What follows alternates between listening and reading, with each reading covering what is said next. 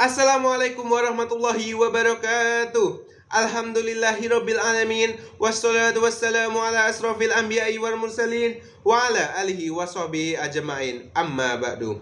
Mohon izin memperkenalkan diri. Saya Zafara Ammar Hafiza dari kelas 11.5 dengan nomor absen 36. Teman-temanku sekalian, perlu diketahui bahwa akhir-akhir ini kita dihadapkan dengan fenomena di media sosial, yakni terdapat seorang ustadz yang dalam kajiannya menyatakan bahwa Wali Songo itu merupakan tokoh fiktif, dongeng, ataupun mitos belaka. Namun, sebagai generasi muda yang terdidik oleh sejarah kebudayaan Islam, tentu kita tidak dapat percaya terhadap narasi tersebut. Sejarah bukanlah ruang opini bebas tanpa dasar, melainkan sebuah jejak peradaban yang valid.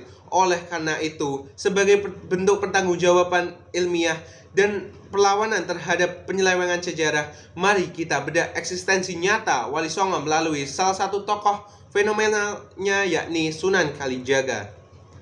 Alasan utama saya memilih Sunan Kalijaga yakni tidak lain dan tidak bukan karena strategi dakwah beliau yang merupakan bukti paling konkret dan tak terbantahkan.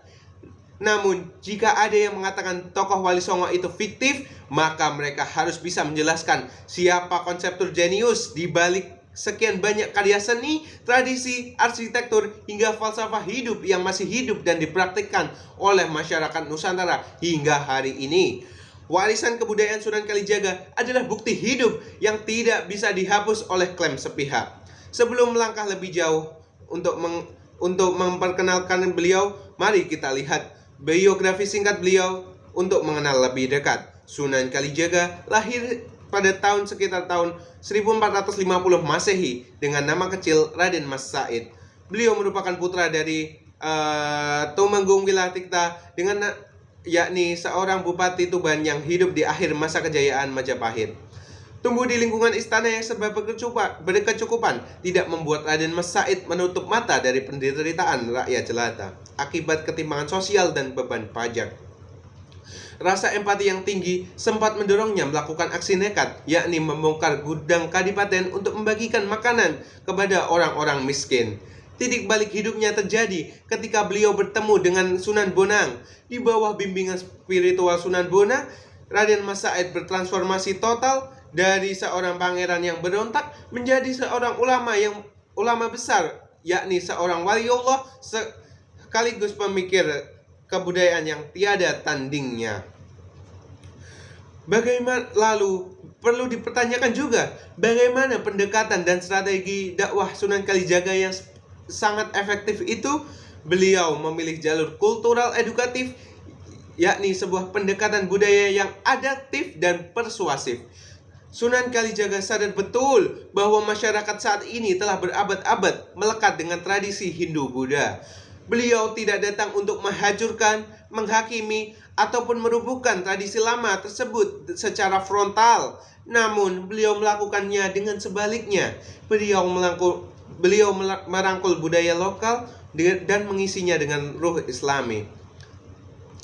Salah satu bukti kejeniusannya adalah modifikasi wayang kulit. Beliau mengubah bentuk tokoh wayang agar tidak melanggar syariat, lalu menyisipkan nilai-nilai tauhid ke dalam lakon-lakonnya. Beliau juga menciptakan karakter punakawan seperti Semar, Garing, Petruk, dan Bagong sebagai media komunikasi yang merakyat untuk menyampaikan pesan-pesan kebajikan. Tidak hanya itu, Sunan Kalijaga merupakan pencipta tembang-tembang filosofis yang legendaris seperti Ilir-Ilir dan Gundul Pacul, yang hingga saat ini syarat akan makna kepemimpinan dan ketuhanan. Beliau juga merancang pakaian takwa serta konsep tata kota alun-alun Jawa yang menempatkan masjid bersebelahan dengan pusat pemerintahan sebagai simbol bahwa kekuasaan harus selalu tunduk pada nilai spiritual. Strategi asimilasi yang damai ini membuktikan bahwa Islam diterima di Nusantara bukan melalui penaklukan, melainkan melalui keindahan budi pekerti. Dari seluruh perjalanan hidup beliau, ada sebuah nasihat dan pesan agung yang sangat relevan untuk kita terapkan di masa kini, yaitu filsafat yang berbunyi, ngeluruk tanpa bolo, menang tanpa ngasorake. yang artinya berjuanglah tanpa harus membawa pasukan yang mengintimidasi, dan menangkan kebenaran tanpa merendahkan orang lain. Lalu, di era digital saat ini, ketika hoax, fitnah, dan klaim sepihak, termasuk klaim bahwa Wali Songo itu fiktif, begitu mudahnya menyebar, kita tidak perlu membalasnya dengan caci maki atau kemarahan yang destruktif, melainkan kita harus menunjukkan kebenaran sejarah dengan cara yang terhormat, yakni sebagai wujud nyata dari warisan Sunan Kalijaga. Kita harus menjadi generasi muslim yang cerdas, adaptif, dan terhadap perkembangan zaman, namun tetap memegang akidah Islamiyah. Sebagai penutup dari storytelling kali ini, saya ingin menyampaikan terima kasih kepada Pak Tony yang telah membimbing saya selama ini dalam kelas 11 saat ini. Tugas ini besar harapannya untuk berhasil memotivasi kita semua untuk kembali membaca buku-buku sejarah, melakukan riset, dan menjaga orisinalitas perjuangan para ulama terdahulu kita. Besar harapan saya juga, semoga melalui video singkat ini, kita semua tidak lagi mudah terombang-ambing oleh narasi-narasi instan yang mengabur-ngaburkan sejarah Islam di Indonesia. Semoga kita mampu meladani kearifan Sunan Kalijaga dalam menyebarkan kebaikan demi masa depan bangsa yang lebih harmonis. Sebelum saya pamit, izinkan saya menyampaikan satu bait pantun. Pergi ke pasar membeli kemeja, jangan lupa membeli kopiah.